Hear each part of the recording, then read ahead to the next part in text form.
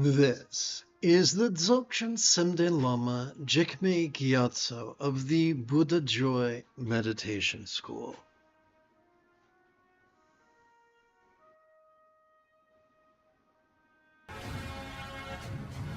It is Luke Skywalker Friday evening. Come, let us meditate like a Jedi. After we chant the Heart of Wisdom Sutra.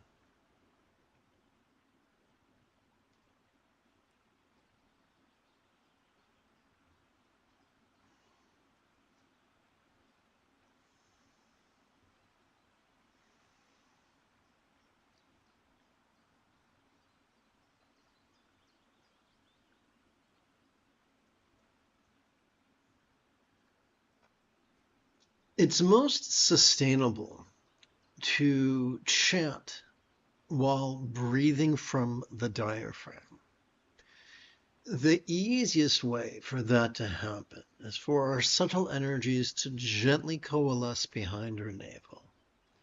The easiest way to facilitate that is for us to touch the tip of our right thumb to its ring finger and rest the wrist upon our Did I say right? For us to touch the tip of our left thumb to its ring finger and rest its wrist upon our left thigh.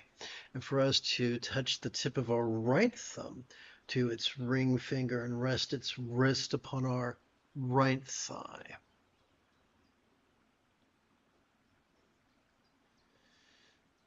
The noble Avalokiteshvara Bodhisattva, the archetype of love and peace. So, an increase of love and peace are the benchmark that lets us know that we're meditating correctly. You see, when we indulge our controlling tendencies and overfocus and overanalyze, we can so fatigue our medial and dorsolateral prefrontal cortex that we trigger our amygdala, which is the seat of both anxiety and aggression. However, when we vulnerably, passively, viscerally, randomly, and fleetingly cooperate with the hub of our autonomic nervous system, that is our spinal cord, doing so can calm our amygdala, the seat of both anxiety and aggression. Let's continue. While practicing the deeply vulnerable, passive, visceral, random, and fleeting Ati Yoga Prajnaparamita perfection of wisdom, that is simply noticing the antics of mind in harmony with our inhalation and relaxing into mind's empty nature and harmony with our exhalation. Looked upon the five skandhas or aggregates and seeing they were empty of self. Said Shariputra, form is emptiness, emptiness is form.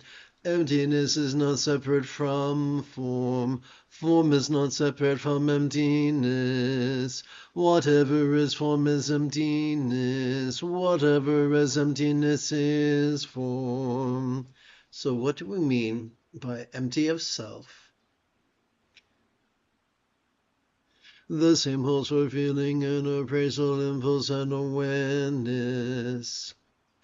The very great confusion surrounding mindfulness, meditation, selflessness, and emptiness can be sorted out simply by viewing this hot mess through the metaphoric lens of neuroscience. Let us begin with mindfulness. Every time we inhale, whether we know it or not, we have evolved to automatically access the middle bit of our spinal cord, which could be described as the hub of our sympathetic nervous system. It has evolved to help us to notice in a very special way. It has evolved to help us to vulnerably, passively, viscerally, randomly, and fleetingly notice all mind's antics of perception, emotion, intention, cognition, recollection, and imagination.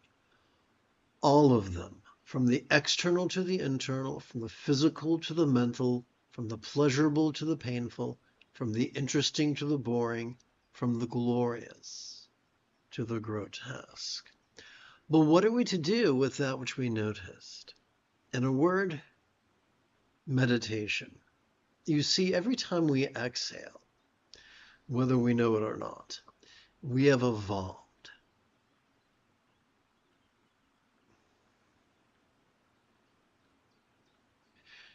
to automatically access the tippy top as well as the very bottom of our spinal cord. These two regions working together as a team could be described as the hub of our parasympathetic nervous system, which has evolved to help us to physically relax and mentally release during our exhalation to such a degree that which we noticed during our previous inhalation could fleetingly feel less stressful, less permanent, less defining, and even as non-graspable as a vast empty void. Way back when I was in 4th grade at Platte Ranch Elementary School, I was taught that a simile is only as useful as it is relatable. Therefore, we have to ask the question, what? What is a real-world example of a non-graspable, vast, empty void? How about the illusion of the infinite azure sky on a bright and beautiful, cloudless morn, which, although could look tantalizing to the eye, could feel non-graspable to the hand? And so whether we're talking about selflessness or emptiness, they're both just metaphors for that which is available for us to experience as we relax into our exhalation. So the key to selflessness and emptiness is neither superstitious faith nor pseudo-intellectual analysis. Instead, is simply the yogic experience latent within each relaxing exhalation. Let's continue.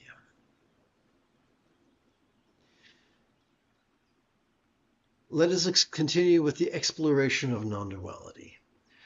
Hishari Putra Dharmas are phenomena defined by emptiness, not by the dualities of birth or destruction, purity or defilement, completeness or deficiency. Therefore, Shariputra, in emptiness there is no form, no feeling, no appraisal, no impulse, and no awareness. We're now going to deconstruct the 3 circles of experience. The 3 circles would be the organ, the object, and the mental component. Let us chant together. No eye, no ear, no nose, no tongue, no body, and no mind. No shape, no sound, no scent, no flavor, no sensation, and no thought.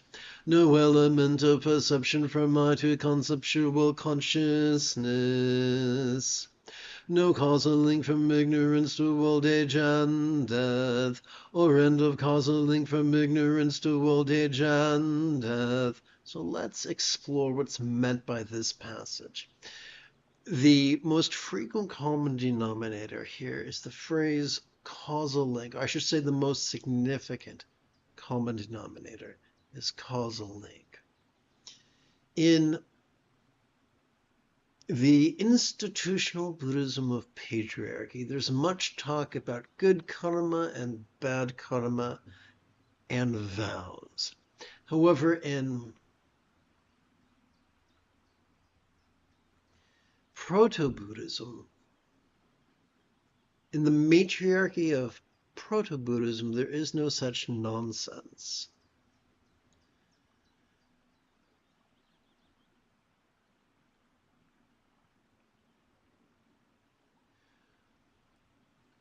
When we look at the Buddha's eightfold path of enlightenment, we see no mention of good karma or bad karma or punishments or rewards. But what we do see is that 50% of the Buddha's eightfold path pertains to loving kindness. 50%. You see, the highest love is, let me go back for a second. The essence of morality is simply loving kindness. Let's continue. No stress, no source, no relief, no path, no knowledge, no attainment, and no non-attainment.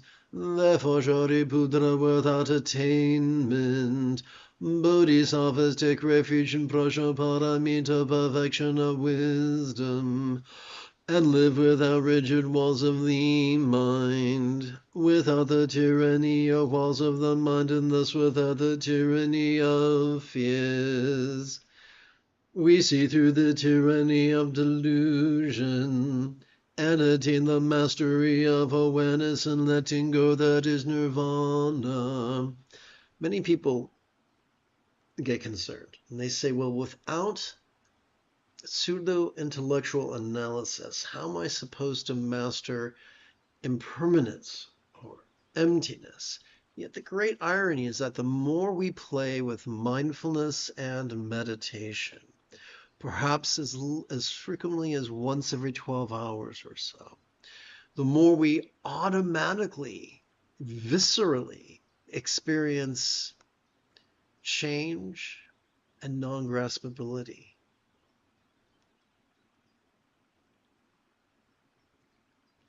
Let's continue. All Buddhas, past, present, and future, also take refuge in Prajnaparamita, perfection of wisdom, and realize the unaccept perfect mastery of love and letting go, that is enlightenment.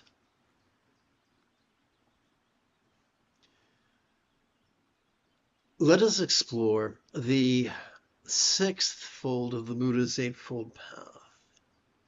The more we play with mindfulness and meditation, perhaps once every 12 hours or so, the more our choices, utterances, and deeds flow, not from contrived calculations, not from wild scatteredness, but instead from love's deeply centered spontaneity. This is known by many names, such as right effort, or effortless effort, or doing without doing, or wu wei, or going with the flow, or being in the zone, or expedient means. So, as I've mentioned previously, simply by vulnerably, passively, viscerally, randomly, and fleetingly playing with mindfulness and meditation, the remaining six folds of the Buddha's eightfold path is mastered. How quickly could that take? The Buddha explained in the second to the final passage of his discourse on the four bases of mindfulness that one could master this path in as little as 7 days. Let's continue. We should therefore know the great mantra Om on protection of Prajnaparamita, perfection of wisdom, the great knowledge mantra, the unexcelled mantra, the mantra equal to the unequaled. That is simply a metaphor for noticing the antics of mind.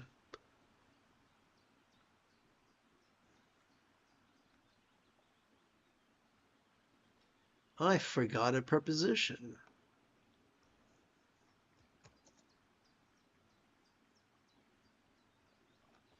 That is simply a metaphor for noticing the antics of mind in harmony with our inhalation, and relaxing into mind's empty nature in harmony with our exhalation, which transcends all suffering and is true, not false. The mantra Prajnaparamita, perfection of wisdom, is thus spoken.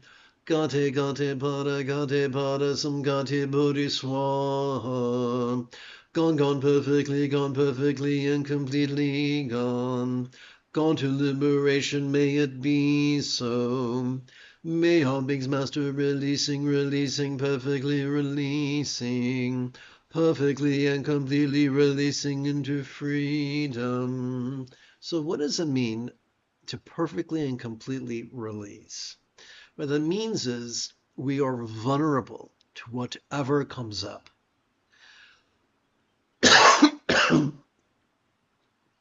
Whether that which we notice is external or internal or physical or mental or pleasurable or painful or interesting or boring or glorious or grotesque.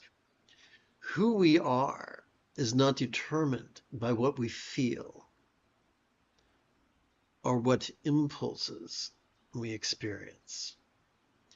Who we are is determined by what we do with what we experience. Think of it this way. As we relax into our exhalation, whatever love or hate we might have felt during our previous inhalation could feel as if they were simply melting, could feel as if they were melting into the simplicity of just emotional energy.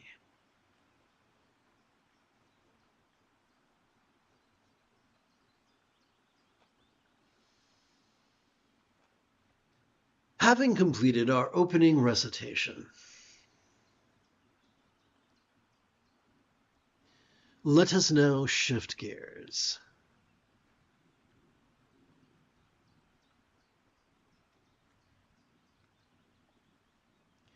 Let's do some math. 55 minus 10 is 45. 45 minus 5 is 40. 40 minus 2 is 38. 38 would be 19 and 19. So for the next 38 minutes or so, let us sit as sustainably as we can.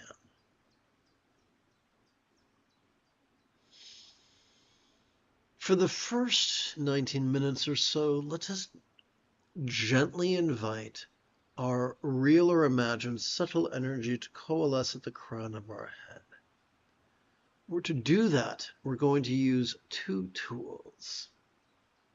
First, we're going to play with our fingers.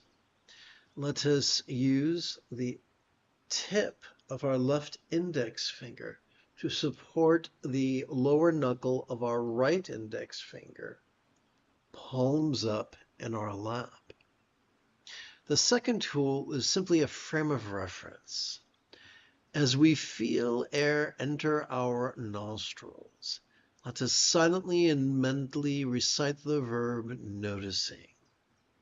As we feel air exit our nostrils, let us silently and mentally recite the verb relaxing.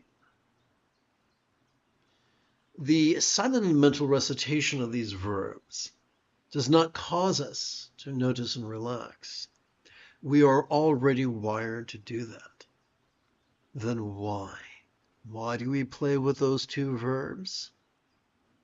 To help us take a relaxing break from the exhausting habit of actively competing against our own autonomic nervous system. And instead, by silently and mentally reciting these two verbs, it makes it easier for us to passively cooperate with our natural tendencies to notice and relax. The moment you have a specific question about Buddhist philosophy or meditation, do not hesitate to type your question in great detail in the chat window, for I tend to check for questions about every 6 minutes or so.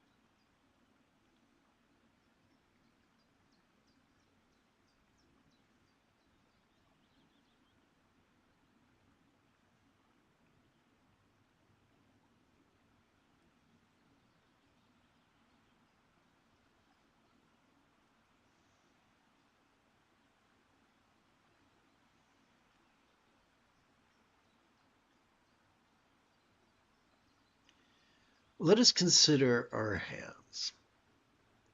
Our left index finger supports the lower knuckle of our right index finger. But in addition to that, our left thumb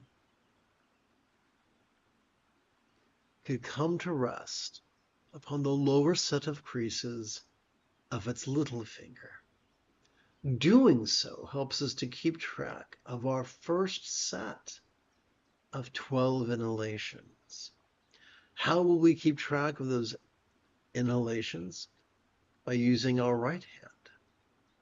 Every time we inhale, we can silently and mentally recite the verb noticing. We can advance our right thumb, advance our right thumb from one set of creases to the next set of creases to the next set of creases. Let us now, while you do this, I recommend keeping your hands in your lap because that's most ergonomically sound. But let's follow along together for the next moment or so right now.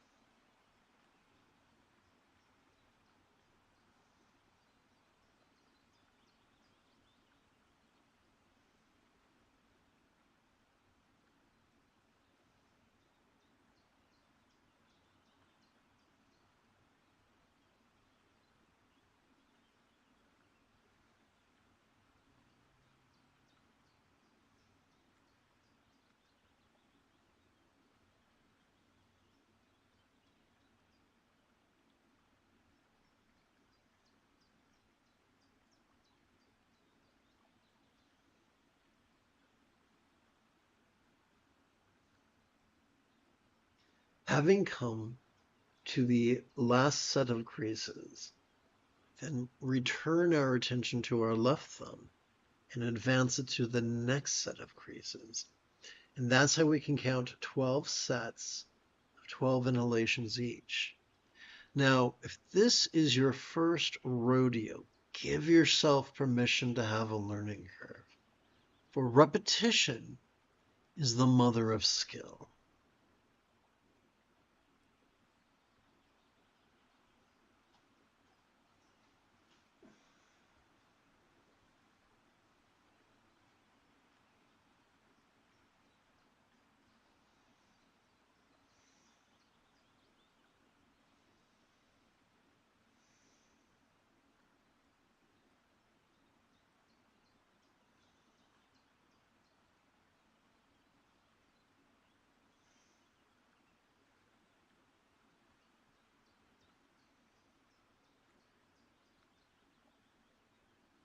Let us return to the old saw of no self. Here's how it works.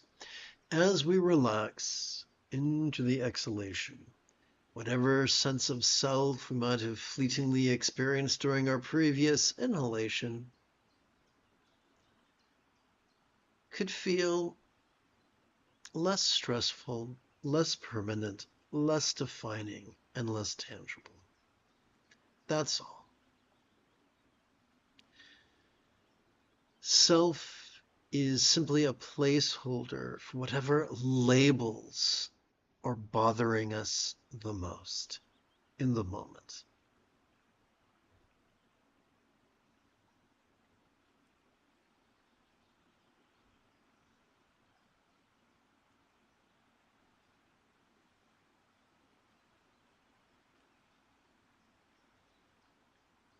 The Buddha taught there were four bases of mindfulness: the circumstantial, the physical, the interpersonal, and the mental. There are so many variables when it comes to the interpersonal. We can have the best of intentions and still walk away from an encounter, leaving the other person felt like their toes had been stepped upon. What are we to do? Are we to be defensive? Are we to play the victim? Are we to indulge self-loathing? Are we to bring this whole Megillah into the path of noticing and relaxing? By noticing and relaxing, we access the inner genius of love's deeply centered spontaneity. That is how we constantly refine our communication strategies, customizing it for each mood of each individual we encounter. Not consciously, not neurotically, but viscerally. By tapping into the inner genius of the 3-pound supercomputer between our ears. Does that mean that everyone is going to be delighted with us 100% of the time? No. But it does mean we will continue to grow and evolve.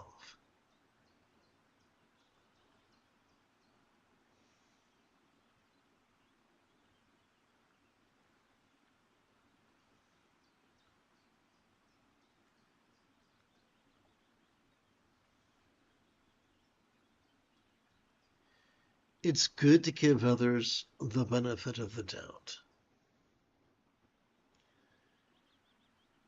But it's important to listen to people when they tell you who they are. When people respond to our vulnerability with their vulnerability, they're probably a pretty good person. When they respond to our vulnerability with predation, they're probably not safe to be around. Some people you can love up close and personal, other people you have to love from a distance.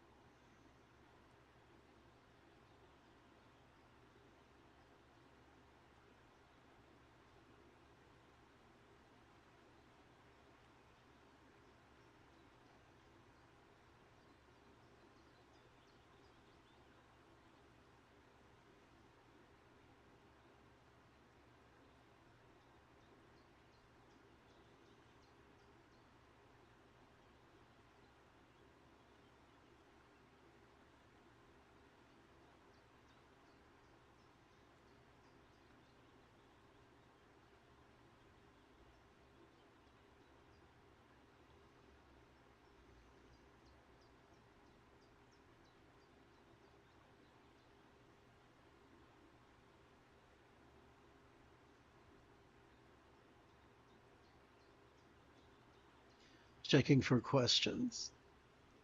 Checking for questions.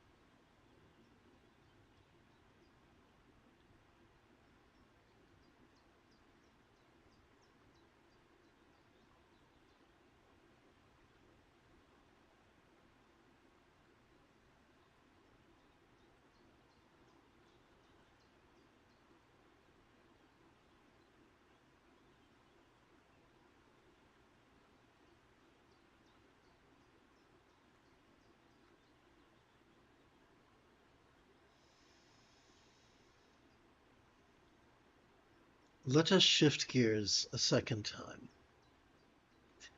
and gently invite our real or imagined subtle energies to coalesce at our chest.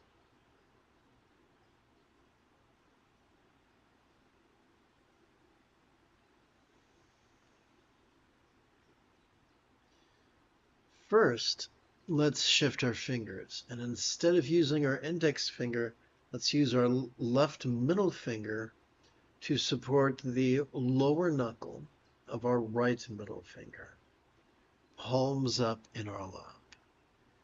Second, let's shift our frame of reference, our respiratory frame of reference.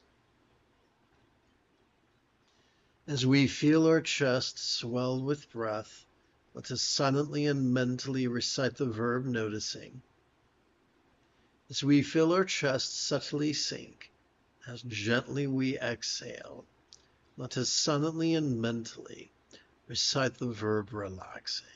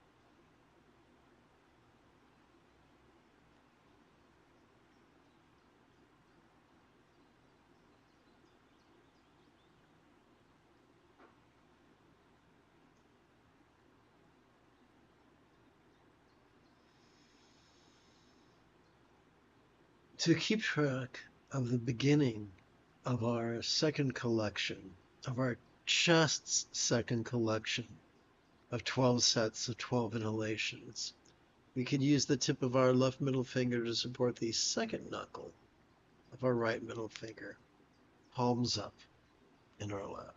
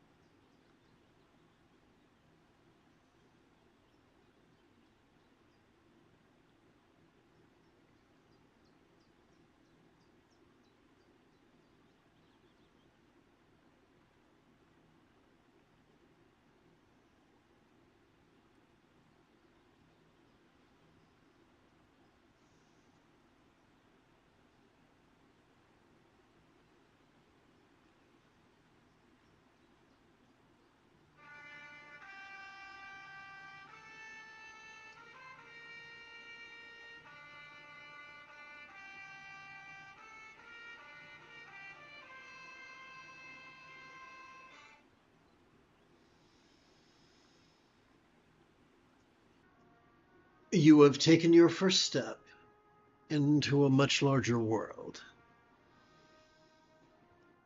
If you feel that I have earned it, you could give this live stream a thumbs up. You could even help support this channel.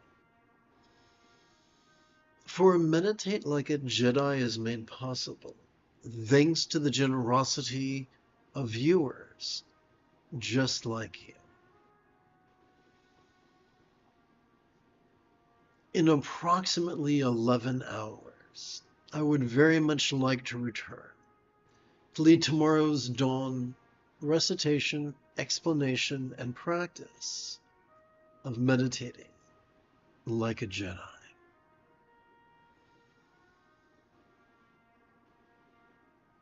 And if you are as geeky as me, may the Force be with you always.